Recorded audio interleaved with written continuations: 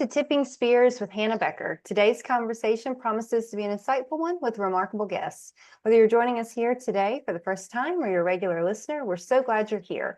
Our goal is to bring you closer to the innovative leaders and thinkers shaping our future. And today, we're thrilled to welcome Dr. Ben Zweibelson. Ben has over 3 decades in defense, 22 years in the Army infantry with 4 combat deployments to Iraq and Afghanistan. He has a doctorate in philosophy from Lancaster University, UK, and has lectured to multiple war colleges, universities such as Yale and Johns Hopkins, and to commercial organizations like IBM. He resides in Colorado Springs with his wife and 3 boys, and his latest book, Reconceptualizing War through Helion and Company, is out now in hardcover through Amazon, Casemate, and Helion. Welcome to Tipping Spears, Ben. Hannah, thanks for having me. Pleasure to be here.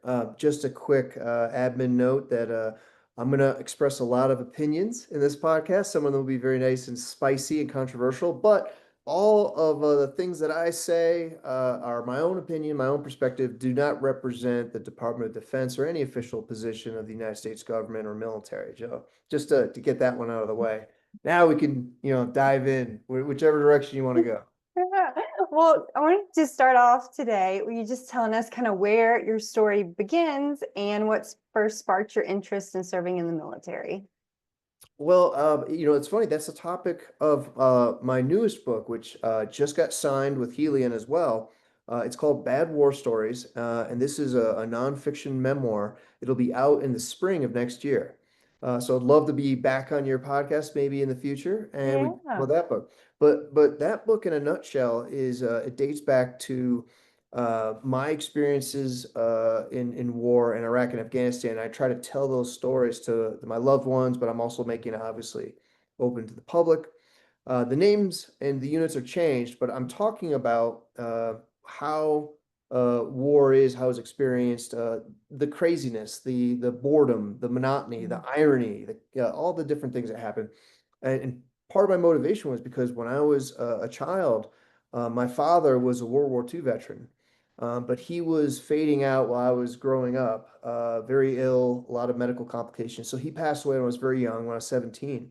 So I didn't ever get to hear from him his war stories. I only have a handful, and they're very anecdotal. So the Bad War Stories book, the introduction starts with kind of talking a little bit about my father and my frustrations, I guess, in growing into being an adult, but not being able to know his stories and his experiences. And so there was a bit of a void that I was carrying with me. So the Bad War Stories book is my attempt to provide to my kids and my loved ones and my friends, like, hey, here are those things so that whenever I go, everyone that dies, you see right now a lot of the World War II and even Vietnam veterans, they're dying, they're passing away. And sadly, a lot of those stories, those experiences, those things that they're going. So we've got to preserve some of them. And my stories aren't very heroic or exciting. They're disturbing and sometimes hysterical. But I do start with kind of that framework, and I never expected to join the military. But when you are 17 or 18 and you have no money and you need to figure out a way to get to college, I joined the National Guard, the infantry, and next thing you know, I'm doing 22 years active duty, a combination of roles, well, infantry officer. Sorry, long-winded, weird way of answering your first question. Hopefully that gets us up and running. Yeah, no, that's so interesting. I look forward to reading Bad War Stories. That sounds like an awesome title. I'll send you a draft copy after this. You can That check sounds it out. great. That sounds great. So, Ben, I followed your work and I've heard you speak on various platforms. And one thing that always stood out to me about you is your ability to kind of think, I should say ability and willingness to think beyond conventional boundaries. So you're always asking this deeper, like why behind things, the things that everyone else is just kind of supposed to accept and like, this is how we are. So I wanted to talk to you a little bit about how your out of the box thinking impacted or inspired, parts of your career journey. That's a great question, Hannah, and it's truly a double-edged sword. And when I work with there's a lot of design courses that I'm affiliated or I work with or I assist around the world, including several within the DoD.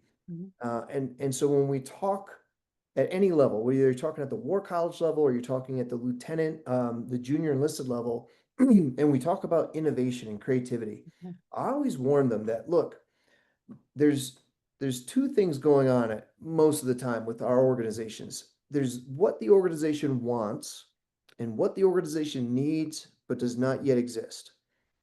And that's the difference between planning and designing. You need to do both. And the better that an organization is, a military organization that can plan and execute and analyze and improve, doing that important loop, that's great. But doing just that only will lead an organization doing all the things it wants to do. And one of the key triggers here is if you see an organization doing futures planning, they're looking at maybe 5 years, maybe 10 years, maybe 25 years. And a lot of organizations are doing this. When those organizations do the things that reinforce the things that they already like to do, the things that are part of their identity, their purpose, their culture, their doctrines, that's a recipe for disaster because they're not doing the design part, which is what the organization needs but does not yet exist. So you, as the innovator, are charged with bringing into existence this new thing that is going to transform for the military organization that which it needs for the next conflict, but doesn't yet exist. And we can see Mhm. countless examples of this in our history. One of my favorite ones, though, is in the interwar period between World War I and World War II. And you have the rise of naval air power, and you have the Mhm. famous Billy Mitchell. And most people who've been in the military that they've run across Billy Mitchell, right? And he's an inventor of many things, including airborne operations, which is a lesser known story. But Billy Mitchell's claim to fame is that he prophesized the rise of naval air power, aircraft carriers, and how these platforms, these systems, these new strategies were going to disrupt and replace the traditional battleship thinking that navies had been using since there was sail, right? The battleship was supreme. Um, and what happened in the 1920s was he went about trying to prove this, and the naval institution fought him so Mhm. hard that they actually tried several times to get him court-martialed. They sabotaged the training events. They did their own training exercise to try to fudge the results to stop everything under the sun they were doing to stop him, even though he was ushering in what the organization needed, Mhm. right? And then they finally Mhm. got on board. Now, the United States Army is guilty of this as well. We all know General Patton, General George Patton. But if you go and do your research online in 1930, in the Cavalry magazine, which is available, pull up the PDFs, there is a Major George Patton who wrote two different articles advocating that horse cavalry were superior to tanks and aviation for reconnaissance. And this young major was falling on his sword saying, this is the way we need to do it. And what's fascinating is that there was only, I believe, one American uh, armor officer, or I don't think maybe they didn't call him an armor officer, but Mhm. there's only one tank commander American in World War One. That was Captain Patton, right? So he knew his tanks inside and out. He thoroughly understood tanks, but even so, as part of the institution, as part of the cavalry regiment, their identity, their purpose, their belief systems, what did the cavalry want in 1930? They wanted to fight the next war Mhm.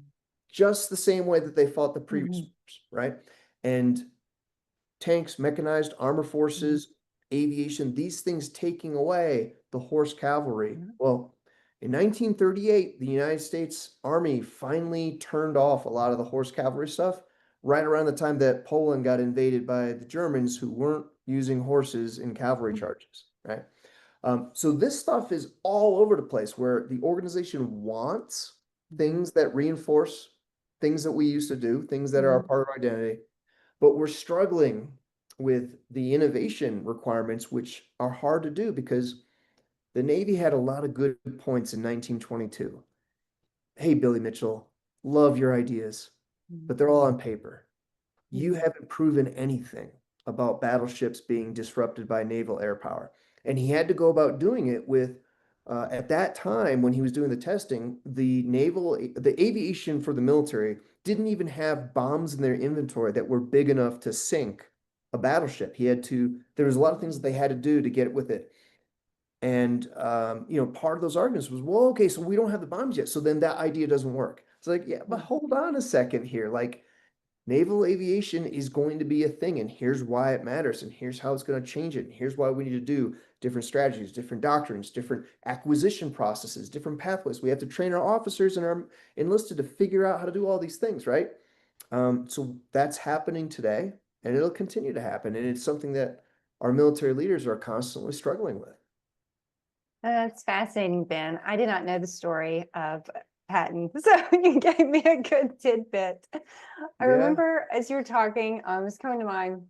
There's this old saying. It was like military's ready to win, or win the war they just fought. The one that just ended, and really just kind of your description really drives home the point of the need to be thinking, for the future, these things that maybe you haven't seen, or, the capabilities aren't there in the shipyard, at this moment. But really drives home that importance of kind of thinking beyond just what we're seeing right now. Yeah, yeah, absolutely. Particularly with where we are now with artificial intelligence, Mhm. with drones, with cyberspace, with electronic warfare, with the space domain, right? All of these things that are happening, and some of the conservative or conventional institutional defending arguments are, well, that's still just joint warfare, or that's still just this and that. And the problem is that we hairless apes, we human beings, we use language to interpret and create a social reality. And that social reality sits on top of the physical reality. So Mhm. and bullets, those things are physical reality. But the social is really where conflict, warfare, deterrence, all of these things are really happening. And some of the things that we think that used to be useful, such as, well, artificial intelligence is really only good in limited, narrow applications, and there always will be a human decision maker in the loop making all the important decisions in a timely manner. That was relevant in the 1980s, in the 1970s, probably in the 1990s. But we're now in the 2025. That is increasingly irrelevant, particularly when we start talking about, say, the space domain. If you're talking Mhm. about a human controller on a human machine team, and that machine is a spacecraft that's out, say, in a lunar orbit or a Martian orbit or somewhere within the inner solar system, it's increasingly unrealistic for that human decision maker to be anywhere but behind the loop. But that's Mhm. dangerous, right? That's dangerous thinking Mhm. because now we get into artificial intelligence ethics and legality and outer space treaty and all these other really exciting things to unpack that we haven't figured out yet. And meanwhile, we have to remember that, well, astronauts like Katy Perry may need to be rescued. I say that a little tongue in cheek, sorry. But yes, in the future, in the near future, we only have a baker's dozen of Mhm. human beings that are in the space domain right now, mostly, in low Earth orbit. Um, in 10 years' time, that number may be tenfold, or even Mhm. higher. And so we're going to look at a lot of space tourism. We're going to look at a lot of industry. We're going to look at commercial exploration, and all these different things are going to be exciting, but requiring security applications. But if your organizations continue to do that which they want Mhm.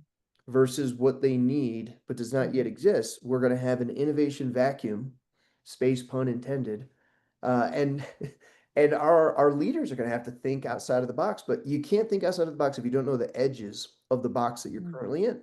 Otherwise, you're always going to be in the box. You just won't know it. That's a great visual. Great, great. So Ben, was there a particular event or person that served as kind of like a catalyst for your career? Well, great. That is a fantastic question. This is totally unscripted and unrehearsed, Hannah, but thank you for asking me that one. The dedication of my new book, the one that's out in the spring, Bad War Stories, I actually dedicate the book towards these kind of father figures. And once again, going back to my own father passed away when I was 17. I didn't really have a father role model. And I think for kids that kind of grow up in those environments, mother or father, you're always kind of different than Mhm. other kids, and there's all everyone's different. Everyone's a unique snowflake, but certain snowflakes are out there always kind of needing some sort of parental guidance at all stages of life, right? So the book is dedicated to four parental role models that have helped me from when I was a 14-year-old angry teen, um, my old wrestling coach, to two great role models that were there for me to kind of like help nudge me along in college. And then one really great leader and parental sort of figure who came in much later in my life when I was in my 40s. But he did a lot of things that kind of helped pave the way for me to get my doctorate, for Mhm. me to do the things that I'm doing now after military retirement. And so all four gentlemen are recognized in that dedication. So they all kind of had a different role, I guess. And, you know, we don't control who we are when it's unfolding, because if you had told me when I was 18 or 19, hey, guess what? You're gonna spend a career in the army, uh, and then you're gonna get a doctorate and do this academic strategic level stuff. I would have laughed at you nonstop. No way am I gonna do that. But that's how it turned out, which is kind of strange. It's always neat to hear kind of, the folks that help you along your way. I think people, when they're setting out on their career journey, there's the temptation to be like, well, I have to have it all figured out. Point A to B, just all marked, all marked out. And then it's really interesting, the folks that come in and kind of help you plot that course as you're, taking the trek. Yeah, it's amazing. And that's where emergence is a really important concept. And it's also something that's not in our military doctrine. So we have at all levels of military education, from privates and cadets and lieutenants all the way through non-commissioned officers school, the captain's course, war colleges, right? There is no emergence. And I've written about this in my second book, Beyond the Pale, which is available for free. People can download it right from the Air University Press. It's a free book. But I talk about how the concept of emergence in complex systems, it's nonlinear, but it's more than nonlinear. So if we talk about something that's linear, A plus B equals C, it's linear causal, right? And most of the things in our lives are quite linear. They're really nice in a Yeah. Newtonian little package that we conceptualize. For example, I drove home today. I had no problems. A little bit of Mhm. traffic, linear. I needed to get here to do this podcast.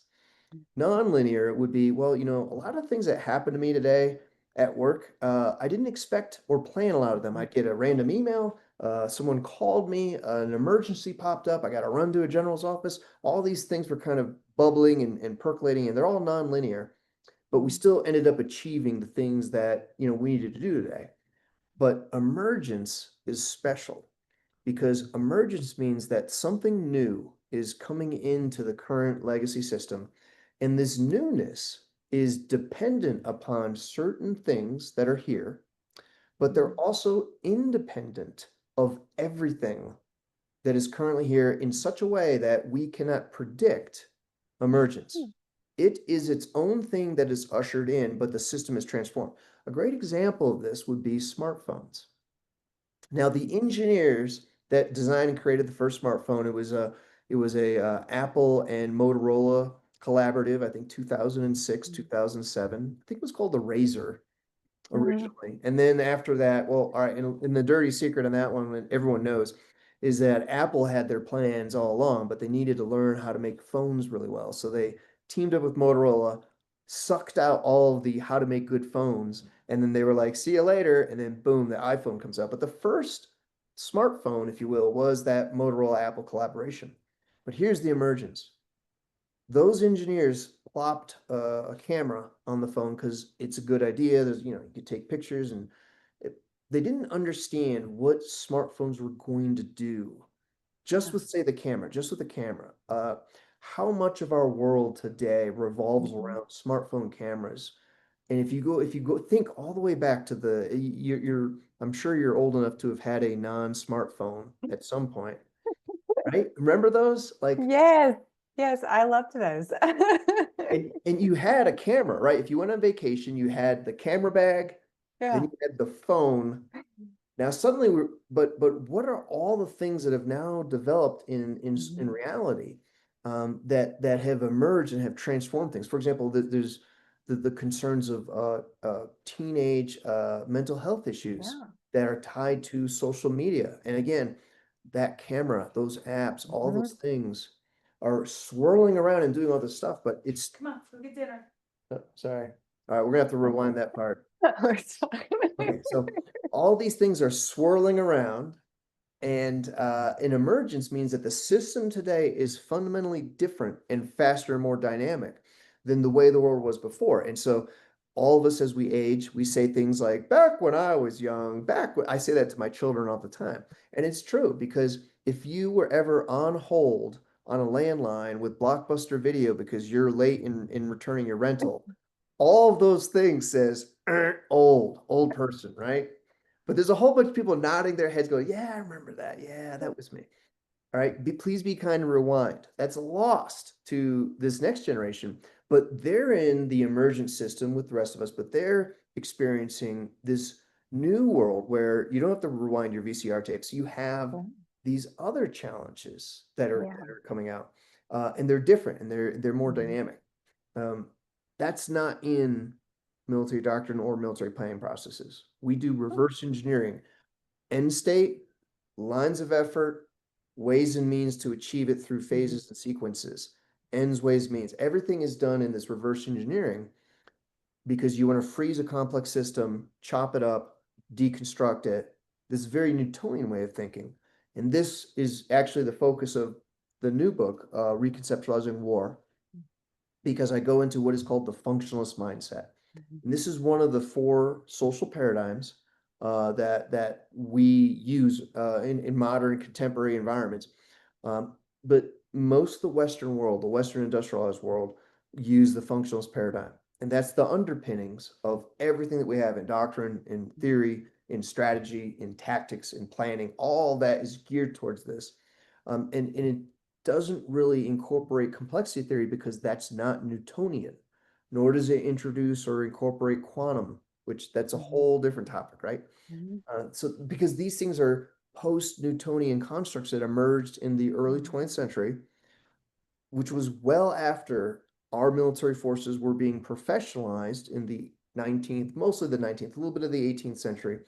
19th and early 20th century, we went into these mass industrialized military professionalization efforts, large cohorts, schools, basic training, acquisition, massive amounts of resources being thrown, drafts, right?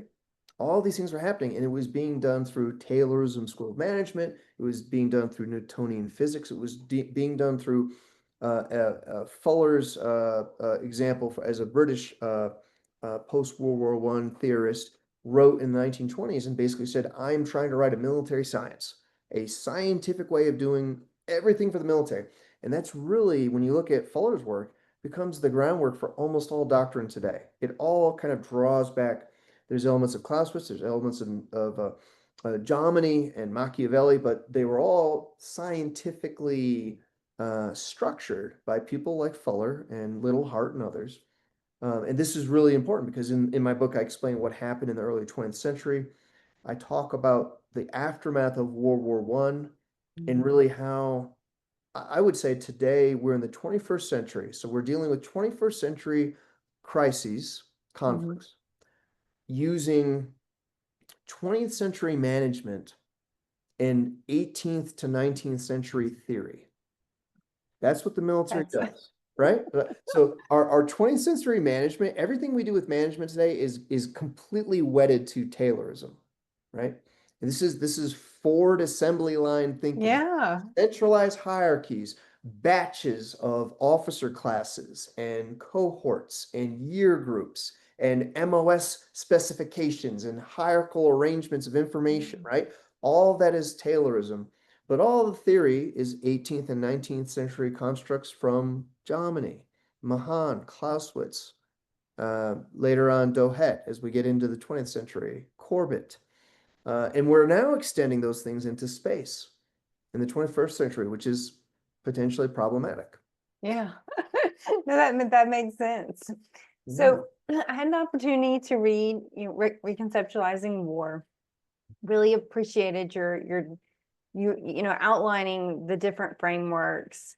Can you tell us a little bit more about why it's so important to move beyond conventional ways of thinking about war, kind of moving beyond that functional, framework?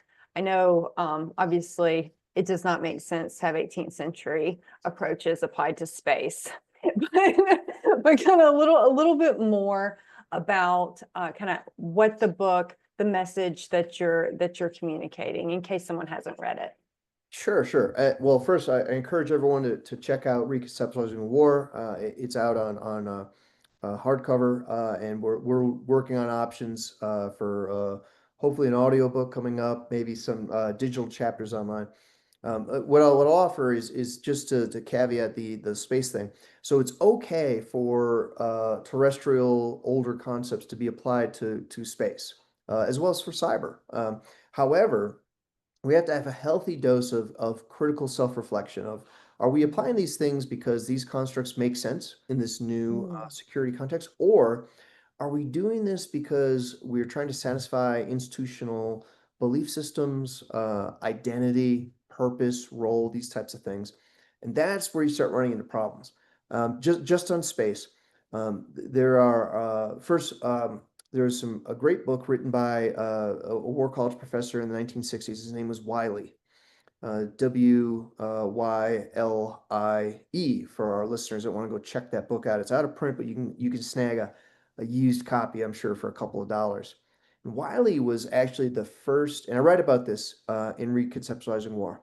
Wiley is the first theorist that I could find who started looking at warfare and conflict and then looking at the domains. And he was looking Huh. at air, land, and sea, terrestrial domains. And he argued that, look, land warfare, which is our oldest form of conflict, land warfare is sequential, right? So it's like you got to move to this point, and then you attack here, and then you get to Mhm. here, and then you do here, right? So depending on whether you're doing siege warfare, whether you're doing raid, sabotage, direct action, whatever, it's all sequential because it's tied to the geographical constructs of what constitutes land, right? But he says naval or maritime warfare is actually not based on it because you're constantly moving and swirling in maritime context.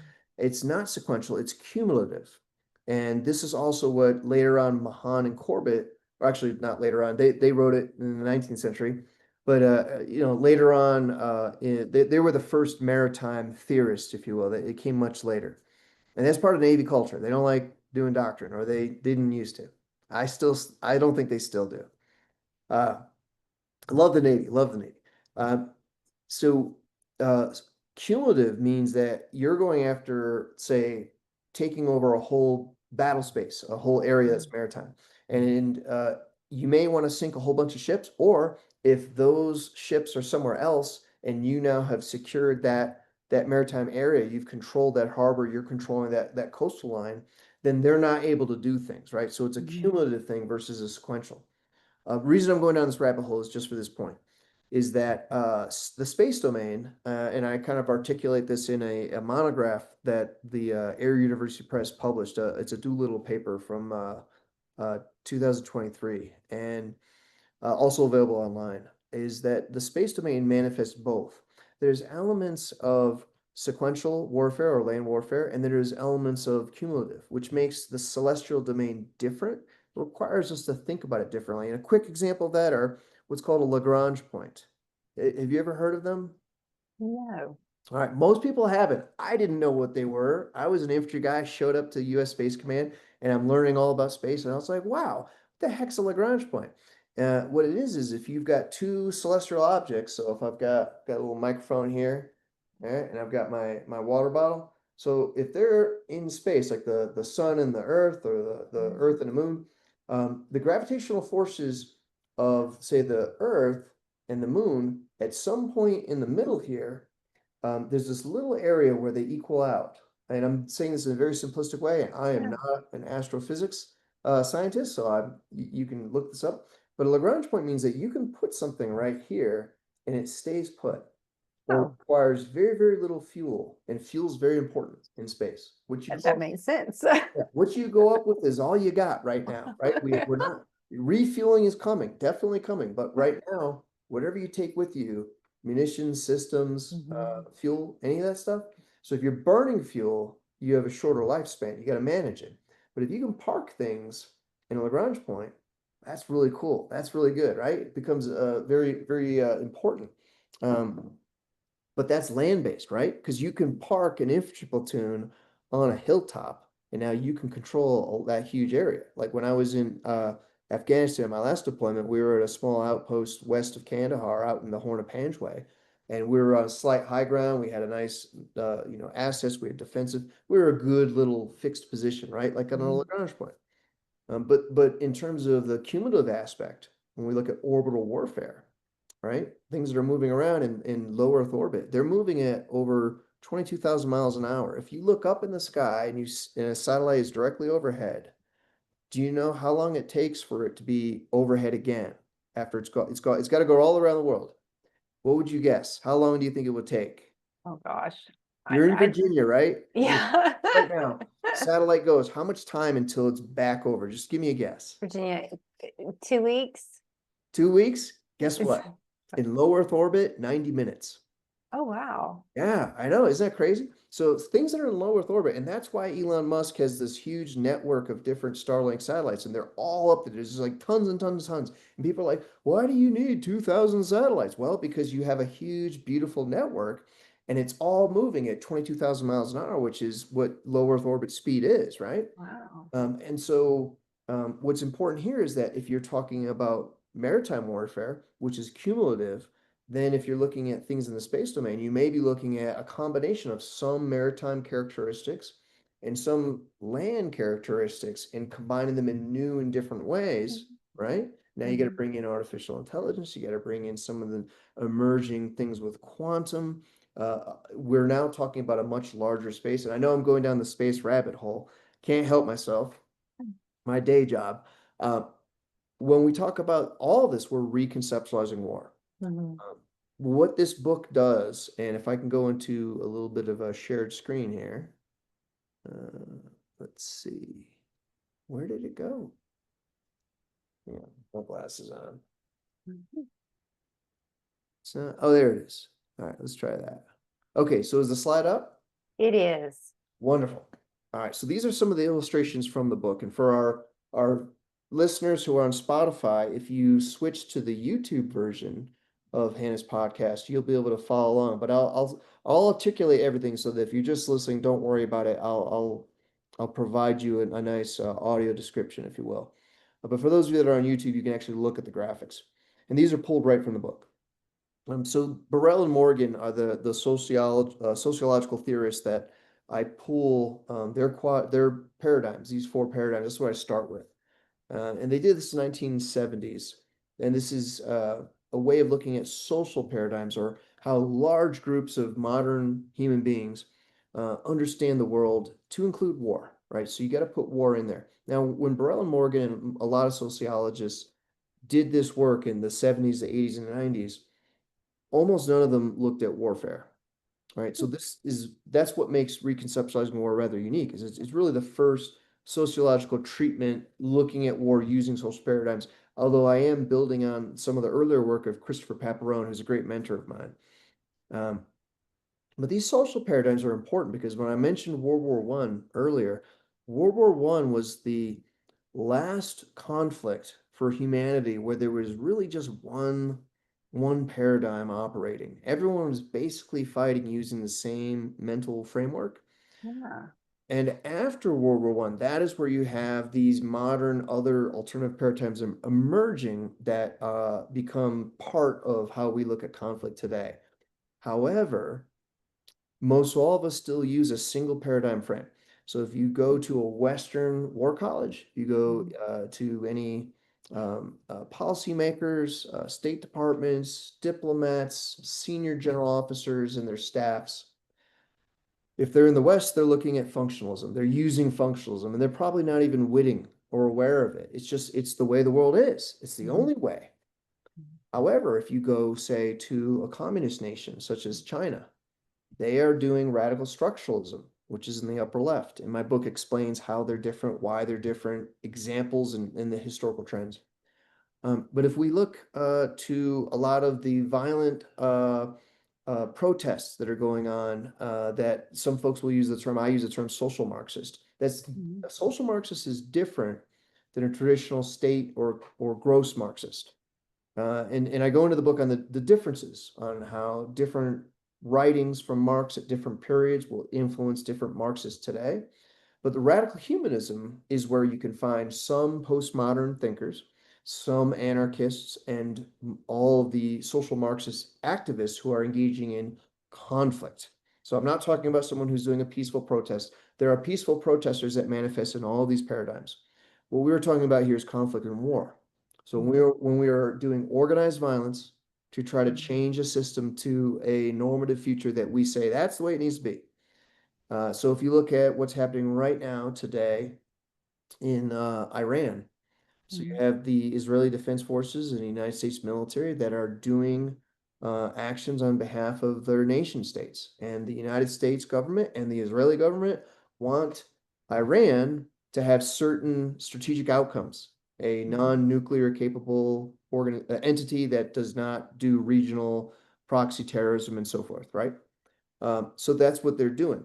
It's being done largely in a functionalist perspective. Mhm. Whereas if you look at, say, the Cold War, if you, some people have used the term Cold War between, say, the United States and China, or China and the Mhm. West, that would be more of a functionalist versus radical structuralist tension, which is very similar to what happened during the first Cold War with the Soviet Union. Interpretivism, which I haven't mentioned yet, that's in the lower right-hand corner. This is where those design thinkers operate. And my first book, which was Understanding the Military Design Movement, I really kind of explain the whole history and the theory and the movements that are happening here. But these are the military thinkers that are advocating, and I'm one of them. I advocate a multi-paradigm approach. So if we're Mhm. looking at conflict, we're looking at strategy, we've got to be able to move through all of these and say, this might be my box, my organization's box. This is how we think. Mhm. But this is how our adversary thinks, and they are Mhm. thinking differently, and here's why. Now we take the multi-paradigmic approach and we explore tensions and opportunities that a single Mhm. paradigm thinker is never going to entertain. So that's where your innovation comes in. You're able to innovate using this framework to reconceptualize war to gain advantage. And a lot of smart people do this intuitively. They do it tacitly. They do Mhm. it without being school taught. They're just good, right? But Mhm. they're rare. And so when we find those rare military innovators and they're successful, everyone kind of hoists them up and we make statues and we do parades. But when they fail, what happens? What happens to an out of the box maverick who tries to do something crazy and it spectacularly fails in the military? How successful are those senior or those leaders, those Yeah. officers, right? They They're don't do, vilified. Yeah. yeah, a lot of them get kicked out or Yeah. kicked out or they leave. They leave Mhm. because we're not good at retaining intellectual talent. We're good at finding the very best conformers Mhm. that perform the best of their peers by conforming and being successful. And then if they keep moving up, they become the best institutional conformers there are, which means they will defend the institution at senior levels. That's kind of the problem is that you not a lot of innovators are able to kind of shield themselves. And there's a couple. There's a couple. I won't drop names here, but there's people will say, well, who's the most innovative military leader that you know? And people will come up with them and you say, okay, did that person glide through all the way to the end without, or did Oh. they kind of have to fight and obfuscate and kind of shield and hide and do, Mhm. different things? Most of the time, the answer is absolutely yes. Yeah. Absolutely, because innovators have a harder time. And that's why the interpretivist paradigm is not really used. It's not taught. It's not Yeah. understood outside of, say, military design communities. It's Mhm. not really in our doctrine, or the design doctrine that is in our doctrine. It's all been neutered by Yeah. doctrine writers who are functionalists. I know I went on a whole rant there. Where are we at? Where do you want to go? No, it's perfect. It's a great visual. I think just kind of as you were talking, what kind of was really driven home to me is that, just the fact that we're not, you know, a nation fighting in a functionalist way against another nation fighting in a functionalist way. So the differences, just over, you know, the past 100 years of our wars and conflict. Yeah, the visual is just great. I loved having things so organized. You did a good job with the visual. So I'll throw one up here just to kind of show that movement. So this is for figure 25. This is where I talk about Antifa. Uh, Controversial topic, right? Here we go. yeah. So the modern Antifa protester that you'll see today on the news are normally they're dressed in black. They've got various different symbols, the fist raise or the A with the anarchy symbol. And they're doing a wide variety of different types of protests and violent activities and crime and whatnot. And they also have different enemies that they declare this person is a fascist, or this company is fascist, or this nation is fascist. And one of the challenges is what the word fascist is, and paired to it the anti-fascist, Antifa. Those things have been morphed over time, and they also have been migrating in and out of different paradigms, social paradigms. So if we take the time machine, we take the DeLorean, and we gotta drive all the way to the 1920s. That is where, again, World War One, very important. In the post World War One fallout, you have the rise of fascism and communism in different flavors because, in part, Lenin's revolution was successful in the areas that all the Marxist intellectuals did not anticipate. They thought that the workers of the world would unite and overthrow their capitalist governments in Berlin, in Paris, because these capitals were absolutely stressed out from the chaos of World War One. But they didn't collapse, right? Moscow, Russia, like what's going on there? That's not really even it wasn't even considered an industrial or capital society. It was pre-industrial. But they had just thrown off the shackles of serfdom only 2 or 3 decades prior. So that kind of threw everyone into a tailspin. But you have then in the 1920s various Marxist or socialist or communist movements trying to percolate with the proletariat in different countries, including in Germany, right? But also in Germany, you have the rise of fascism. And so fascism, I explain in chapter 4, it's a form of functionalism. It's just increased control. It's a variety of different things bent towards a very warlike, very aggressive approach using the state system of states. However, the anti-fascists of the 1920s and 40s, they were still functionalists too. So you start in the graphic, we start with them down there. However, even in that period, you had strange bedfellows, you had anarchists, you had several ex-communists or Marxists that were part of the anti-fascist movement, just as fascism was actually a manifestation of early Marxism. So Mussolini he was the first fascist, successful one, but he also used to be heavily involved in the Italian Socialist Party and essentially pulled out of it and said, no, no, no. According to Mussolini, fascism is the proper manifestation of Marxist ideas, right? Now, the modern Antifa would never want to agree to that, but facts are facts and history is history. So I plot them starting out in both radical structuralism and functionalism, and I explain in chapters 4 and 5 how and why this happens. However, after the 1940s, after the defeat of the truly fascist societies, right? We're talking about Italy, we're talking about Germany, and then was Japan fascist? That's an argument. Had imperial fascist tendencies. However, if you go to Mao or other revolutionaries, yes, absolutely. Japan occupied China. Japan was a fascist nation, right? And I talk a little bit about that, chapters 5 and 6.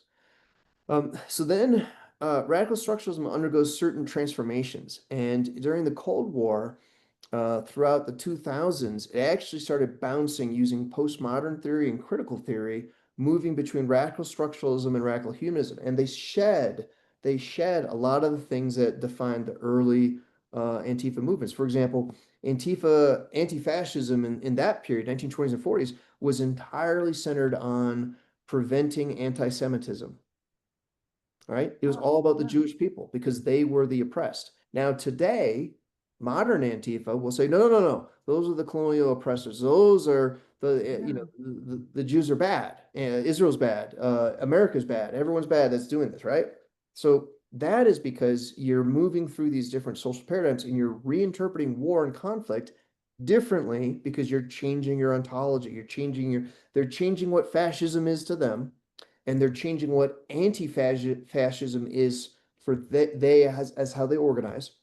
And they're also changing how they want the world to transform based upon their idea of a normative future.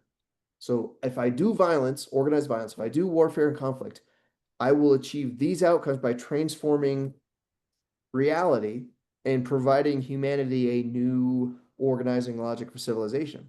So that's where anti-fascism or Antifa is today, from about 2007 to present, is they're bouncing back and forth. The anarchists are. So you've got the Mhm. social Marxists operating in radical humanism, but then you've got your semi-traditional classical Marxists and some of uh, your anarchists that are kind of migrating back and forth to radical structuralism, and they're all oriented against functionalism, right? So that's the nation state.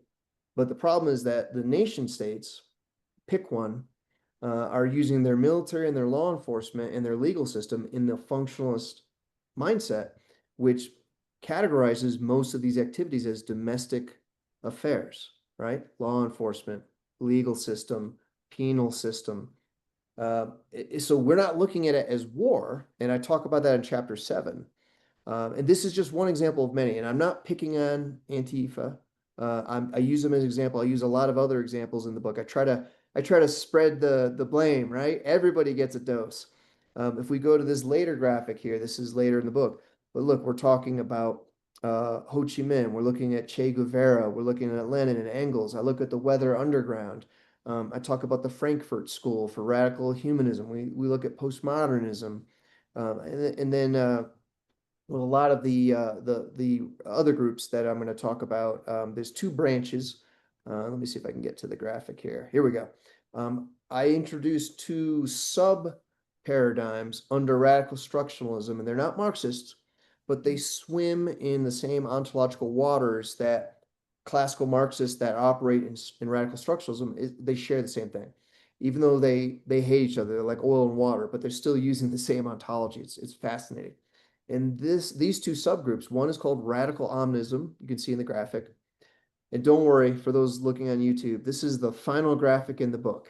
So this is overwhelming, but when you get through all 700 pages of my book, all this will make sense because we build it along the way.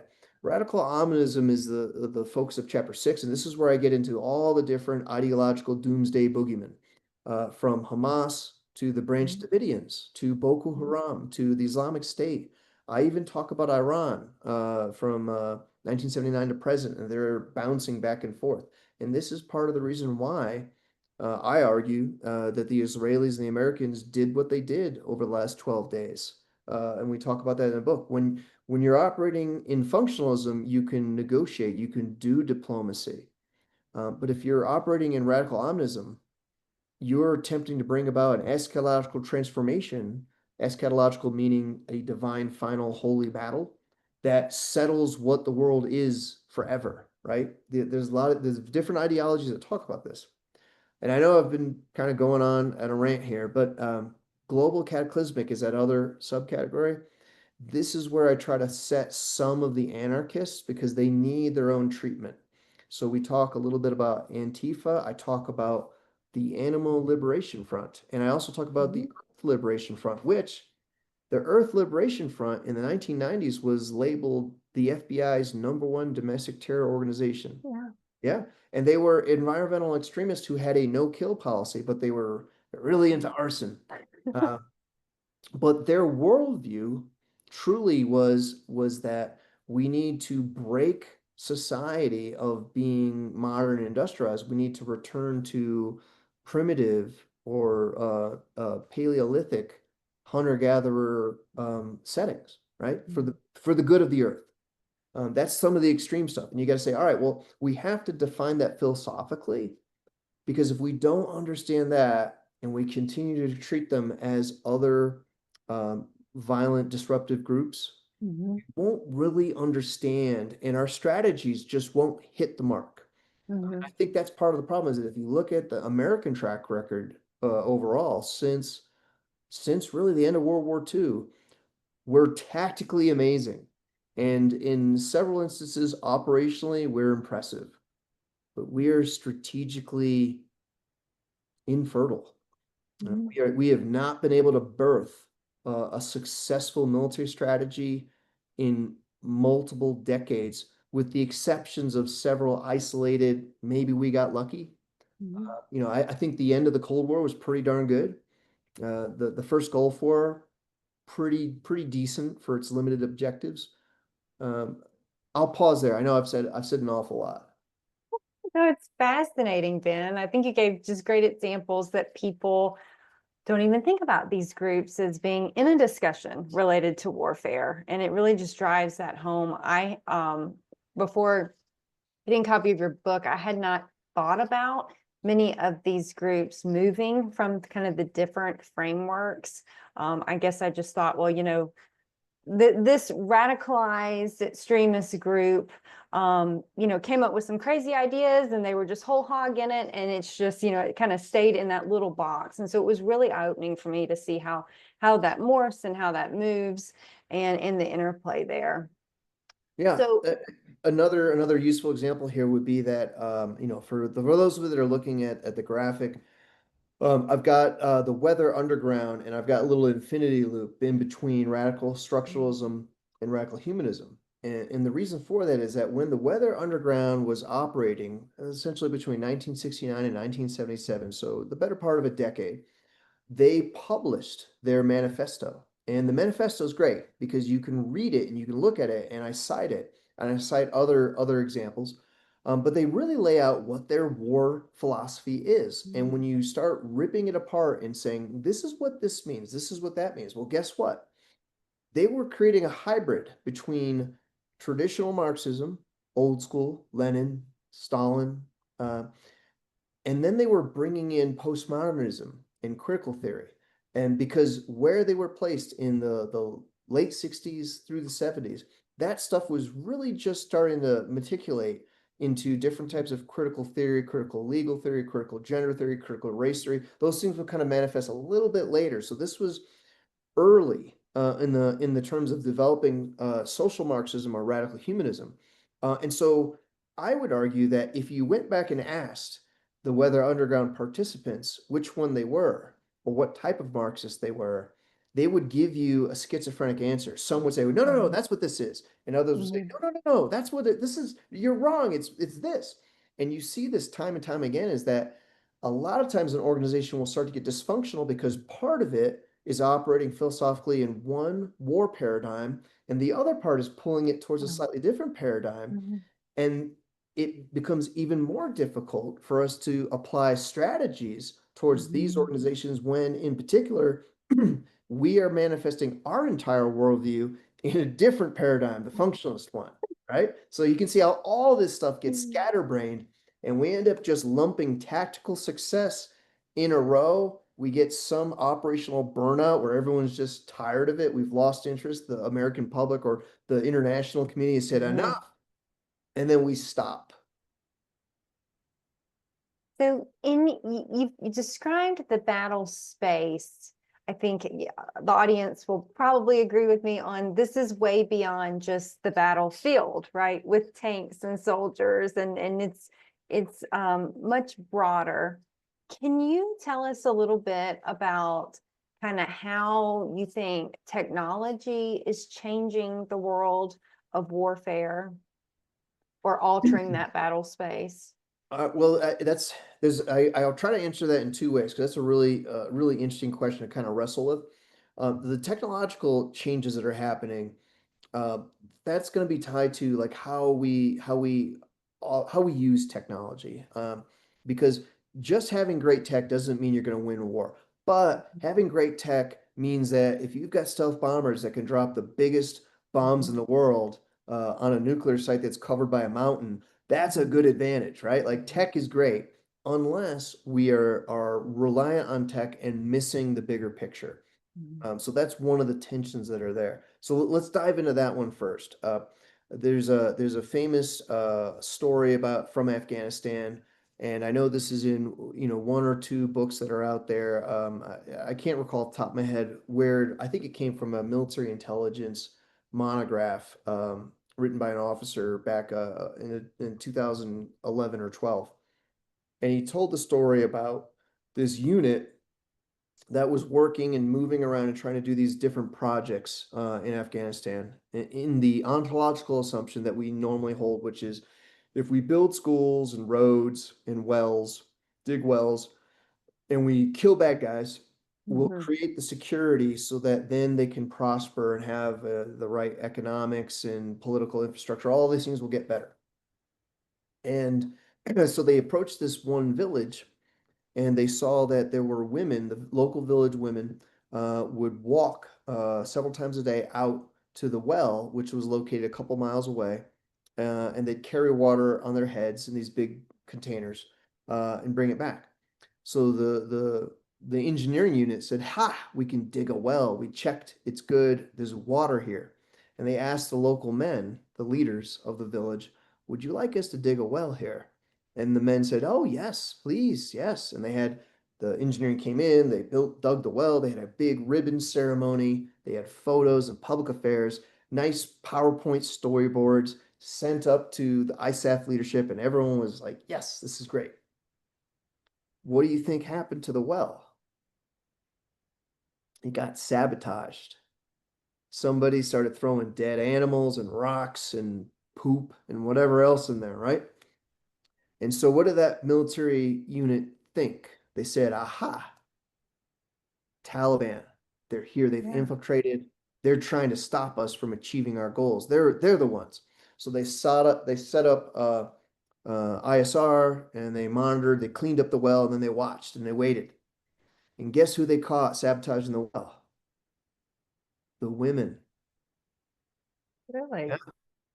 So why, Hannah, do you think the local Afghan women sabotaged the well that was dug on behalf of the male elders so that they wouldn't have to leave the village ever? They could just stay right there.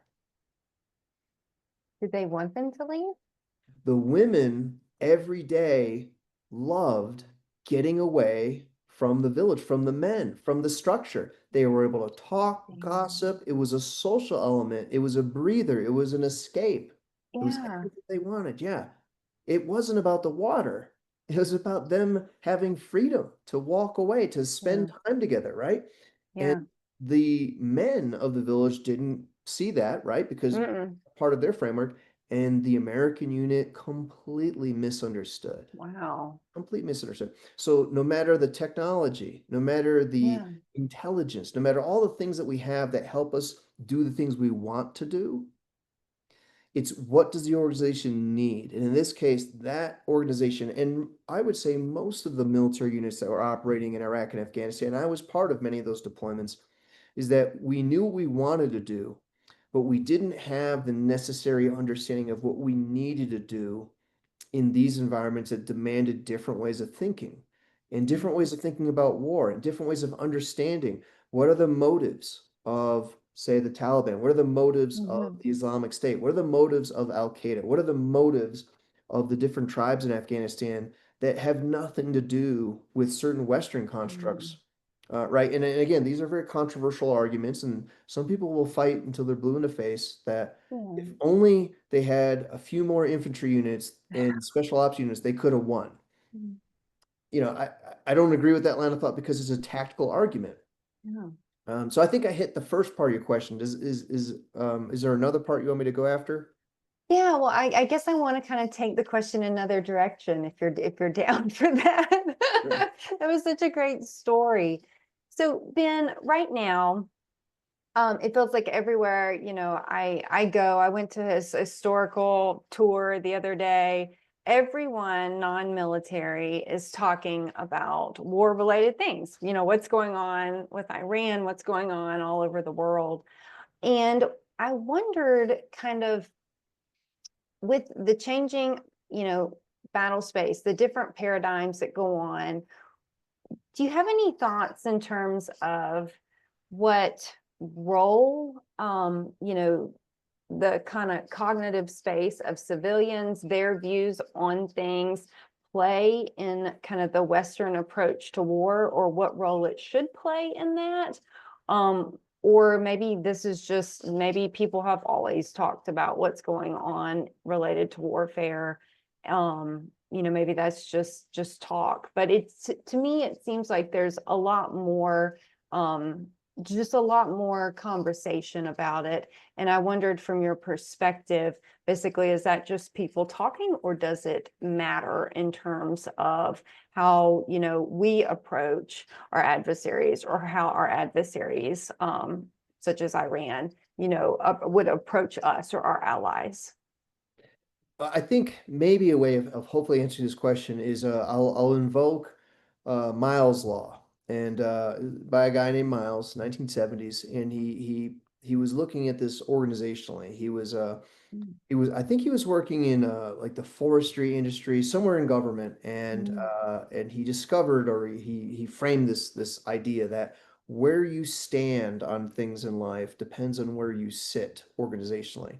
And Okay. he originally explained it because he told the story about how it was either he did it or someone he watched did it. They were a leader of a subordinate organization, and they were working on a certain policy that was very, very important, say for the forestry industry.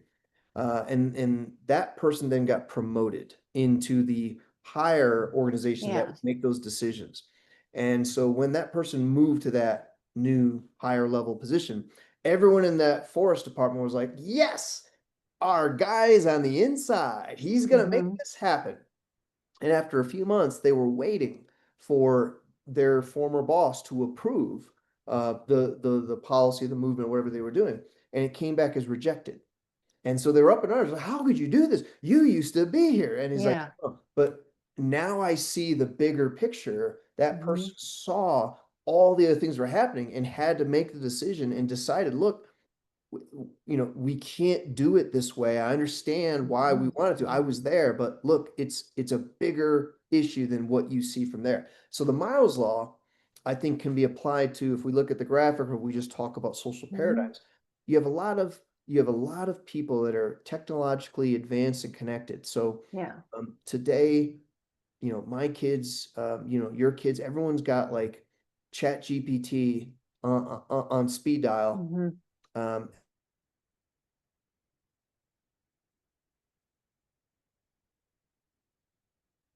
things. Um, I know medical doctors, if they're out there listening, absolutely hate the fact that a patient could be like, well, I just consulted Chat GPT and it told me. Yeah, yeah, they don't want to hear that, right? But at the same time, we have to deal with how human beings are interacting with technology, and we as human beings have to understand where we stand on things like war. Hmm. People talk about the Iran-Iraq war, which is the hot thing right now. Hmm. Last week it was something else. It was, Yeah. Hamas in Israel, and then before that it was the Ukraine. All those things are Hmm. still going on, but it's almost like you can't keep up Yeah. with things. But we all have a position, right? But we don't normally spend a lot of time thinking about why we have that position we stand on, because we're not thinking about where we're Hmm. sitting. And reconceptualizing a war makes every reader take inventory. What paradigm do you sit in? And I'll tell you, most readers that are on the DoD side, the defense side, Hmm. the foreign affairs side, any of those readers, whether you're in military service, civilian service, if you're working as a contractor, or a company that works with defense, you're probably in functionalism. Hmm. I would bet. Now, Hmm. are there outliers? Yes. There are several that are going to be interpretivists. Most of them are not going to be in radical structuralism or humanism, although some will. And that's where you're going to find two different Marxist flavors. Um, but we have to start thinking about which paradigm you're in, because that's where you sit and that's going to drive where you stand on various conflicts. And Mhm. they're going to differ depending on what your stance is. So if you have certain positions on communism in China, Mhm. you may look at a potential conflict over Taiwan differently than if you have very strong convictions, say, on Israel, Zionism, the Jewish people, Hamas, all these different things that are all red hot button issues. And you know it's important because when you look on social media, if people put it in their banner or their Yeah, civic block, it's like, okay, we get it. It's important to you. But and some people will try to put a whole bunch of things, like they'll put the Ukraine flag and the all the things. all these things, and it's like, all right, pick a lane. Pick a lane. Which one is it, right? And I get it. They're trying to lay out their whole ideological position, but what they're really offering to those that are listening is if you sit in the same paradigm as that person, Mhm. all of those symbols are little triggers, they're little codes. Like, look, you and me, we're the same, we're the same, we're the same on all those little icons and graphics, right? And that's what they're designed to do. I write Mhm. about a funny, not funny, it's tragic, but a lesser known thing that has to do in radical humanism and a little bit of anarchism. And this is something that's happened in the recent decades. These anarchists working with social Marxists Mhm. take an anti-capitalism position Mhm. and they combine it with a grassroots effort. And so there's several anonymous authors, they're not going to give their names because they're talking about crimes that they regularly commit. But in a small town, the one author worked for a gasoline station as probably a teenager or a young adult.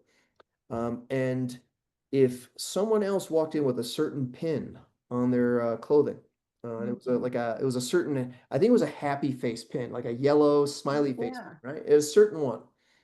But if they saw that, the person behind the counter gave them a little nod, and that person could steal from the store. And conversely, if the person that was working at the gas station walked into, say, the hardware store wearing that same pin, saw the guy on the other side of the counter or the gal, gave a nod, they could steal. And so this small grassroots group didn't know each other, but all knew, hey, if you have the smiley face pin, you can steal, it's good to go. And they proudly bragged of causing a small family-owned gas station of going out of business. Because the person said, I'll just go get another job and do the same thing because I'm part of the fight of collapsing capitalism, and this is how we're doing it. Right. So now, shocking, right? Is that war? Now, from the functionalist point of view, you say no, that it does not meet war because what does Clausewitz say? What does Jomini say? It's got to be a nation state. Nation states and the system of states are the ones who are able to say what war is and what war isn't.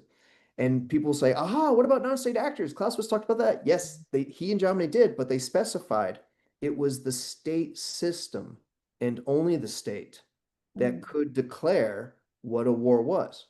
Because even if a non-state actor was just out there shooting rockets, doing whatever, aggressing, if a nation state says, you know what, it's not war, you're a Coast Guard issue. You're a Mhm. policing issue. I'm Mhm. gonna capture all of you, put you in my penal system. You're not war. It's not war in the functional sense, right? And Mhm. so the example of all the shoplifting and the stuff going on in a small town in the Midwest, it was probably monitored and understood by the local government as nothing other than hooliganism and Yeah. all it was not considered even organized crime. And organized crime is different, right? Because organized crime I talk about in the first two chapters on what is violence versus organized violence. How do we talk about war versus other types of violence? And it's important because if you're just doing organized crime to sustain, say, a small group of people and a mafia family, right? Mhm. Um, they're looking out for their own interests, but a mafia family doesn't necessarily want to take over the entire nation state. Mhm. They want to operate and do the illicit activities to profit within a larger state that can sustain that abuse. That's even how the Mexican narco cartels operate in Mexico. They need Mexico, the nation state, to sustain itself so that Mhm. they can do their narco activities and run the local terrain. But they're not trying to take over all of Mexico, right? That's different, right? When you look at the radical humanists and this kid in the gas station who says, I'm fighting capitalism one family-owned business at a time as I collapse them with this network. That's different because his strategic end state is bringing about social revolution and a collapse of the capitalist system, right? Even though you're not going to do it one person, destroying one gas station at a time, but it's the mindset, it's the Mhm. philosophy, the ontology, right? That puts them in a different war paradigm than the law enforcement that are trying to stabilize that local community and try to figure things out. Now, imagine if we had a time machine and we could go back to the Midwest and find this town and we could explain to the local government and the law enforcement and the family home, the business owners, here's what's happening. Here's your paradigm. Here's theirs. This will explain what's going on. Could they have adapted different strategies to protect themselves, to prevent, to defend the capitalist state, right? If you're going to do that. Or let's go a little devilish here. What if you went back in time and you were an anarchist and you wanted to accelerate things? Well, could you Mhm. advise the radical humanists to do different, more aggressive things Mhm. that could really take down the system, Mhm. right? Unfortunately, Reconceptualizing War can go in any different direction, although I hope that my book is used for good purposes. Yeah, that's a wonderful example, Ben. What advice do you have for, strategists, military leaders, educators who want to begin thinking beyond their kind of dominant war paradigm? So beyond kind of the functionalism, if it's here in the Western world, what advice do you have for them to kind of get started on that path? I would say three things, and only three things they need. Just remember, number one, curiosity. Number two, humility, being humble. And number three, critical reflection. And so let's go in order of that. So one, curious, right? That's an easy one. Now the problem though is that if you look back at these war paradigms here, if you're honest about yourself, humble, right? Mhm. Humility, you got to park yourself in a paradigm. And Yeah. when I run into people that they're largely unfamiliar with social paradigm theory, they glance at it and they go, "Oh, well, I'm different. I don't fit in any of those. I'm above all of them." It's like that's an intellectual cop out. That is a person who lacks the courage to critically look and ground yourself. You got to use Miles' law. You got to say, where do I stand? Mhm. It depends on where I sit. Um, each of us can migrate out of a paradigm, out of a social paradigm if you want to. It's hard, but I think it can be done. And there's theorists, sociologists that argue you can. You can't be in multiple paradigms at once. Mhm. Interpretivism is a little different. I talk about it in chapter 8. But being curious means you're willing to work outside of your paradigm as well as inside. Mhm. Uh, Curiosity that limits yourself to just paradigm-centric convergent stuff, you're not going to be creative in doing that which the organization needs. You're going to be Mhm. good at doing what the organization wants. And that type of curiosity is useful, but I think it's less useful than the game-changing innovation that our organizations are all screaming for. And that all occurs outside of the traditional boundaries, right? And that's also why innovators are normally treated with hostility. They're mistrusted. Billy Mitchell, they're and many Mhm. others. They are fought until they are proven right.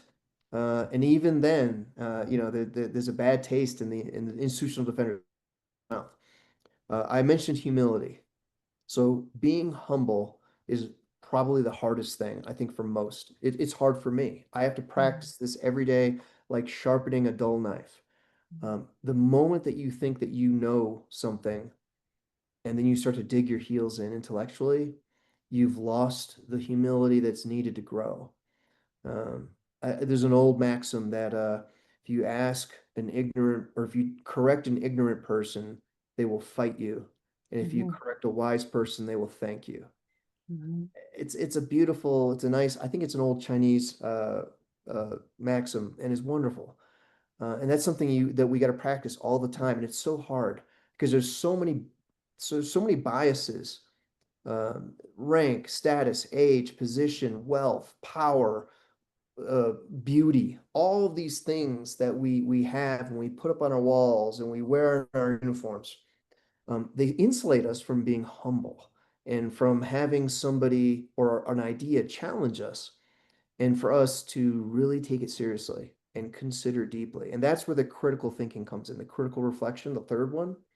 We have to be curious, we have to be humble, and we have to be willing to put in the intellectual sweat of really looking at what our frames are, what our beliefs are, what we are doing, and then creatively say, can we push the boundaries? Can we challenge ourselves and others to achieve things differently in ways, excuse me, in ways that are emergent, which also means that we may be uncomfortable. We may have to retire certain things that the institution holds dear, including things that deal with our legacy system identity, our sense of purpose, our warfighting ethos. The warfighting ethos of the 19th century is not directly applicable to the 21st century. Just as my example earlier about Patton. Patton Yeah. went on to be a great general in World War II, but he didn't use horse cavalry, right? And it was hard for him to let go of it. It was hard for the army, but thank goodness they did, Yeah. because we needed mechanized infantry in World War II. We certainly did, to defeat the fascists. Mhm. We have to let go of certain things that even in our own generation, even within our own decade now, artificial intelligence, for example, is moving so fast. Mhm. Just remember the first LLM, and I mean, my whole family uses ChatGPT, Mhm. and in ways that are ethically disturbing for me because Mhm. it Yeah. shouldn't be doing homework, but guess what? It is. It shouldn't be grading homework, Mhm. but guess what? It is. Mhm. It shouldn't be writing thank you notes to a mother-in-law for a gift she sent that you don't like, but guess what? It is. And the thing is, LLMs didn't exist less than 4 years ago now. Yeah. I think we're about 3.5 years from when the first public Chat GPT version 1 was released to the public, right? That's less than 4 years. That's less than a 5-year Palm cycle, right? Mhm. And think about how much LLMs have transformed us. Wait till agentic AI is really here. Mhm. That's going to be awesome because um, like your fitness device that a lot of people wear doesn't talk to your Spotify, and it doesn't talk to Mhm. your Outlook calendar, and it doesn't talk to your grocery account, and it doesn't talk to Uber Eats. But agentic AI can talk to all of them. So if you tell it, hey, I want to lose 5 pounds, I want to look better naked, and I want to increase my lower my stress levels and have better sleep. Agentic AI is going to do all the things that we have been spending a lot of time on, such as getting a good playlist, scheduling the Mhm. workout, and making sure that the fridge is filled with the right ingredients and we make a healthy meal, and reminds us to go to bed because remember, you said you wanted to sleep better. You got to go to bed now. Stop playing the video games. Mhm. So that's some of the amazing stuff that's coming around the corner. Um, I know I went down a little bit of a rabbit hole here, but these technological developments are going to have profound security applications, and we're going to have to deal with. We need a 21st century military that uses 21st century management techniques, not 20th century, Mhm. right? That's a big change for the DoD. We don't like that. We're a bureaucracy and it's a hierarchy, and that's the way it is because we said so. Mhm. We also need to change our theory, and our theory is grounded in Newtonian 18th and 19th century constructs that are just so rigid now that people won't let go of them because they've become ideological. They've become Mhm. religious. Mhm. Doctrine, military doctrine has become religious Mhm. doctrine. And then lastly, I would offer that we've got a 21st century threats that are going to push what it means to be a human and what it means to be a civilization, what it means to be a society into new and uncomfortable directions, because in part, technology is going to allow us to do this. When we become a multi-planetary species, there are going to be significant security ramifications there, right? If somebody develops artificial general intelligence first, and our audience can look it up. I've written a lot about that. There's lots of good articles on AGI and books on AGI. It doesn't exist yet, but if it does come into being, it could create an arms race that's as dangerous but different than the nuclear arms race. Mm-hmm. Because a nuclear bomb only does what a nuclear bomb was designed to do by the human creators, right? It only can do that. AGI can create its own ends beyond the understanding or the intent of the original designers, right? That's a different thing. And in terms of security applications, we have to think deeply about those things. So I'll just leave it with that. I know there's lots of crazy deep thoughts. Uh, Yeah, that's great. Gave the audience lots to chew on. Ben. So where can folks connect with you or follow your writings, your projects? Is there a place online that folks can kind of follow along? you came in a little bit broken. Am I? Oh, My internet sorry. connection's unstable. Yeah. No, no, Um, no. Just said my internet connection. Can you hear clearly now? yes, yes, Ben, I can hear you. Where can Great. Okay. Go. No, go ahead. Go ahead. yeah, where can folks connect with you online if they'd like to follow along with your projects and your writing? Well, so I have a Substack, and what I do with that one, it's a new attempt because I'm trying to do, I enjoy doing a lot of things. So I publish books, I do lectures, I do podcasts, lots of videos and tutorials online. That's all like my personal work. It's not to be confused with my work in the Department of Defense. That's separate.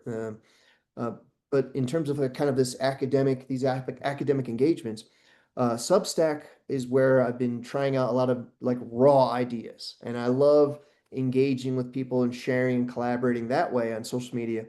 Um, and so you can subscribe, which is great. I also put out a lot of free articles because I really want to get this stuff out there.